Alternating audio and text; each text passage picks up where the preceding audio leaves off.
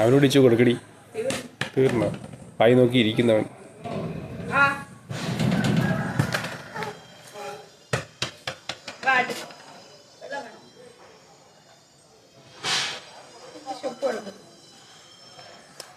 അവൻ്റെ വായിക്കത്തോണ്ട് വെച്ച് കൊടുക്കല്ലേ.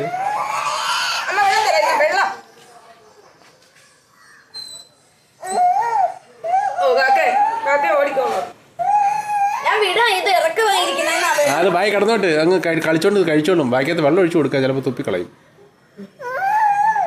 പന്തെന്തി മക്കളെ? പന്ത് ഇതോൻ്റെ ഓൻ്റെ എടുക്കണ പന്ത്.